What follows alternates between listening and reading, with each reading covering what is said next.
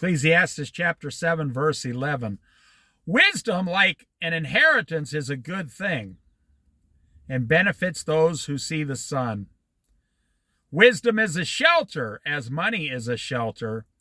But the advantage of knowledge is this: wisdom preserves those who have it. Money cannot preserve your life. Wisdom is from God, preserves your life. Wisdom can preserve your life. Money cannot do no such thing. Money cannot give you life. It can only give you experiences in life. But it cannot give you real life, and money cannot get you into heaven, get your soul into heaven. So how are you going to get to heaven? How are you going to get to heaven, my friends?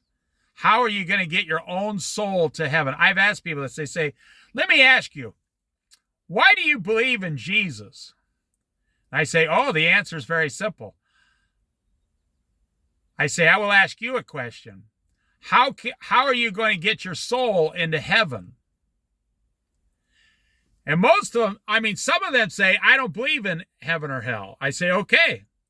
But most people believe that there's something out there. They say, well, I think I'm just going to live a good enough life, and if there is a God, he will take me to heaven.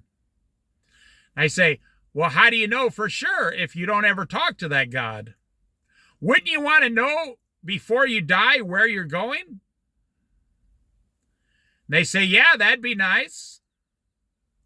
Wouldn't you want to know before you die, where you're actually going? And if you think you're not going to heaven, you can talk to Jesus and be assured and guaranteed 100% that he will take you to heaven when you die? They say, yeah, I've never looked at it that way before. That's what wisdom does. That money can never do. So why are you chasing money instead of chasing wisdom?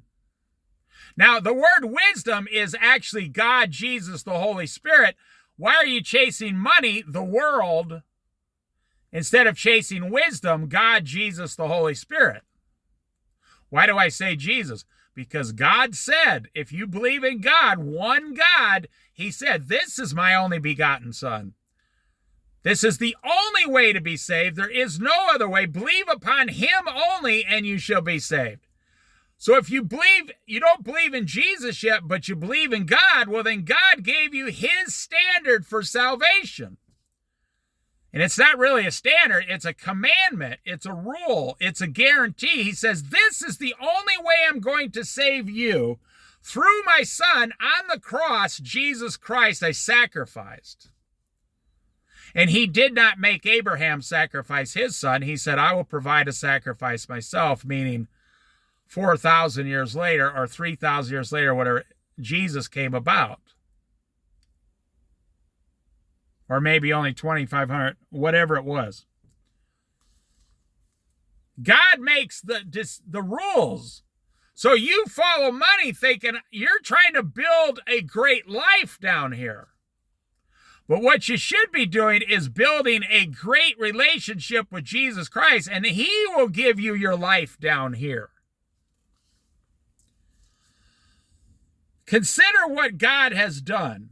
Who can straighten what has been made crooked?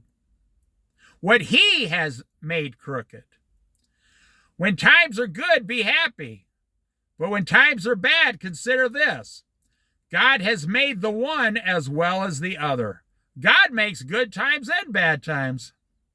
And most people like to think of God as like some kind of a genie who only gives you all the good stuff. Nope. People don't want to. God makes good times and God makes the bad times. And most people are like, that's in the Bible? Yep, I just read it. Therefore, no one can discover anything about their future. You don't know. I believe the rapture is coming in about 15 years or less. But you don't know if it's going to be a good 15 years or we're going to go into severe droughts, earthquakes, and volcano eruptions and tsunamis for the next 10 years. You don't know. No one knows. In America, we worry about the stock market, our 401k, the equity in our house.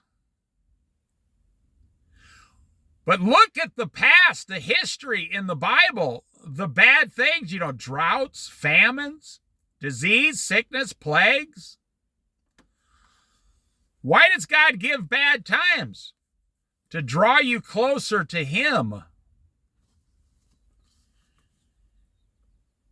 God basically told Moses, tell the people, if they follow me, and there's a list of all the good things they will have.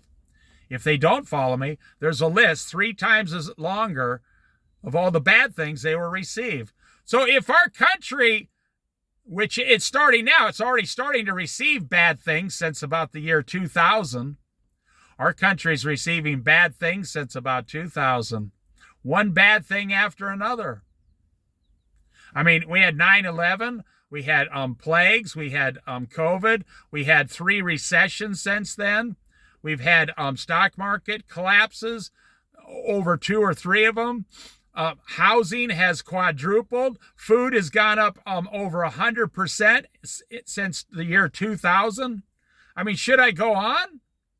It's because our nation is turning away from Jesus Christ. So God is making bad times slowly come to our nation. It's very obvious to watch. Our borders were being overrun by millions of non-citizens, and they just let them walk right in like, oh, that's no problem. Our military was being broken down.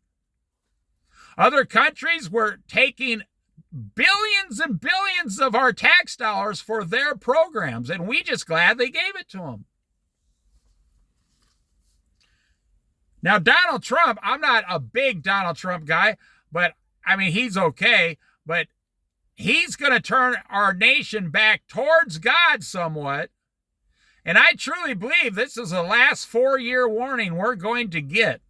I truly believe Donald Trump's going to be the last man to turn our nation back towards God a little bit. And he talks about it openly. He never did his first 4 years, but now he does. And I'm glad for that. And I believe he's going to turn our nation back, but the next 2 or 3 leaders after him are going to determine what happens to America before the rapture. Oh, yeah. When times are good, be happy.